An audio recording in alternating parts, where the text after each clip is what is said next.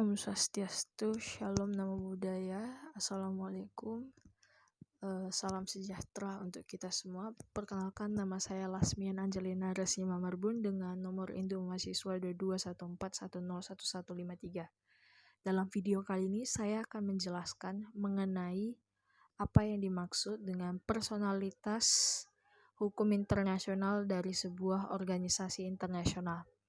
Nah, untuk pengertiannya sendiri itu sebenarnya tidak ada pengertian yang secara langsung menjelaskan mengenai apa yang dimaksud dengan personalitas hukum internasional. Namun, dapat kita ketahui bahwa sebenarnya personalitas hukum internasional adalah sebuah karakter yang dimiliki oleh sebuah entitas di mana entitas tersebut telah diakui sebagai subjek hukum yang memiliki hak dan kewajiban dalam hukum internasional. Nah, sejatinya itu atau pada awalnya itu hanya negara saja yang diakui sebagai entitas subjek hukum internasional.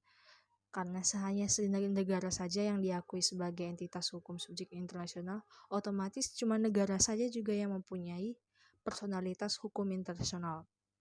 Namun karena perkembangan zaman yang semakin meningkat dan timbulnya masalah-masalah baru, sehingga dirasa perlu diperbaiki tentang siapa saja yang bisa disebut dengan entitas subjek hukum internasional.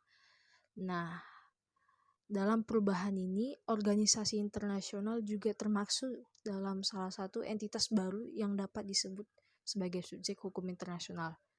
Tentu saja dengan disebutnya organisasi internasional sebagai subjek hukum internasional, maka disertai juga organisasi internasional tersebut juga memiliki apa yang disebut dengan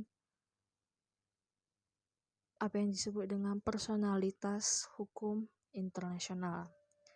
Nah, kita telah mengetahui apa yang dimaksud dengan personalitas hukum internasional dan bagaimana sedikit sejarah tentang mengapa organisasi juga mempunyai hal tersebut.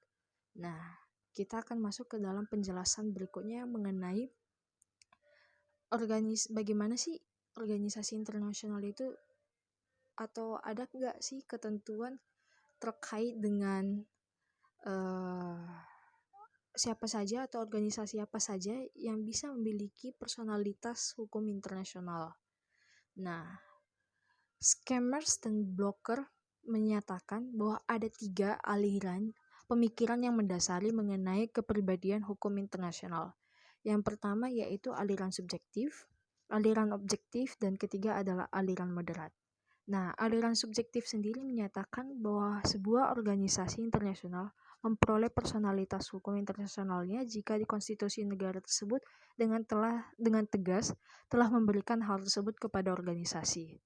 Sedangkan di aliran kedua, aliran objektif menyatakan bahwa sebuah organisasi dengan personalitas hukum internasionalnya tidak bergantung kepada pendapat subjektif dari sebuah negara, melainkan secara objektif sebagai sebuah organisasi.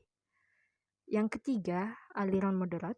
Aliran ini adalah yang paling umum digunakan dan paling banyak disetujui, di mana aliran ini menyatakan bahwa personalitas hukum internasional sebuah organisasi internasional tidak bersifat inheren, melainkan diberikan secara tersurat maupun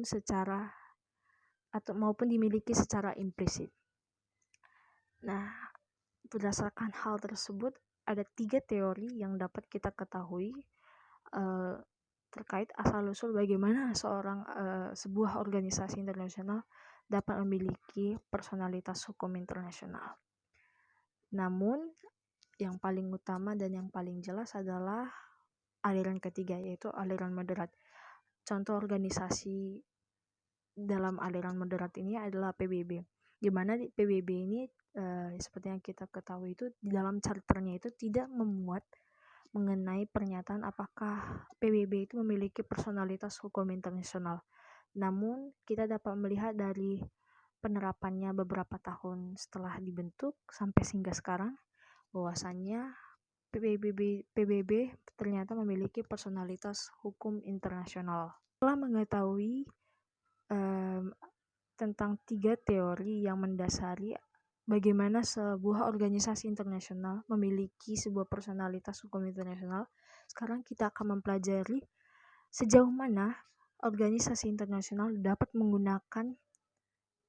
menggunakan personalitas hukum internasionalnya.